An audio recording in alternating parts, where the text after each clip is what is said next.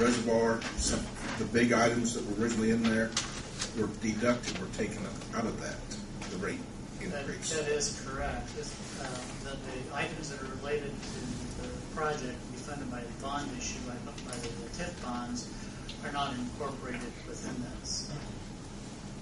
And I'm not really sure about, when we took a look at the fund balances, as we mentioned before, the utilities have been well managed. And so the cash investment balances meet the requirements of the ordinances. So this rate increase isn't to correct a deficit situation, it's to prevent a deficit situation.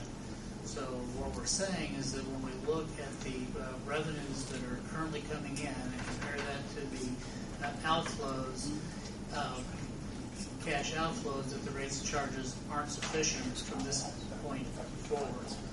And so if you choose to defer an increase in rates, there are funds on hand, but unless the revenues increase, then every year that goes by, instead of a 5% increase, it's going to be a larger increase. So you'll start digging the hole, and it'll just take a larger rate increase at some future point in time to dig out of that hole.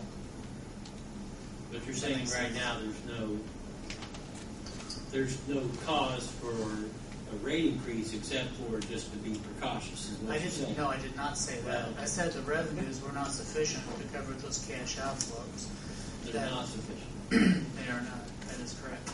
Cash outflows for what? For operation and maintenance expenses, principal and interest payments on the debt, and having funds available for ongoing replacements and improvements, and also to provide that coverage that's required by the state revolving fund, which was part of the conditions of them loaning the city money. And replacement improvements, basically depreciation. Correct. The revenue should be taken out of each month and placed into depreciation, so when we need to replace or improve the situation, we have the money to do it. Right now, we're going the other direction. Well, the biggest thing I heard last meeting is by not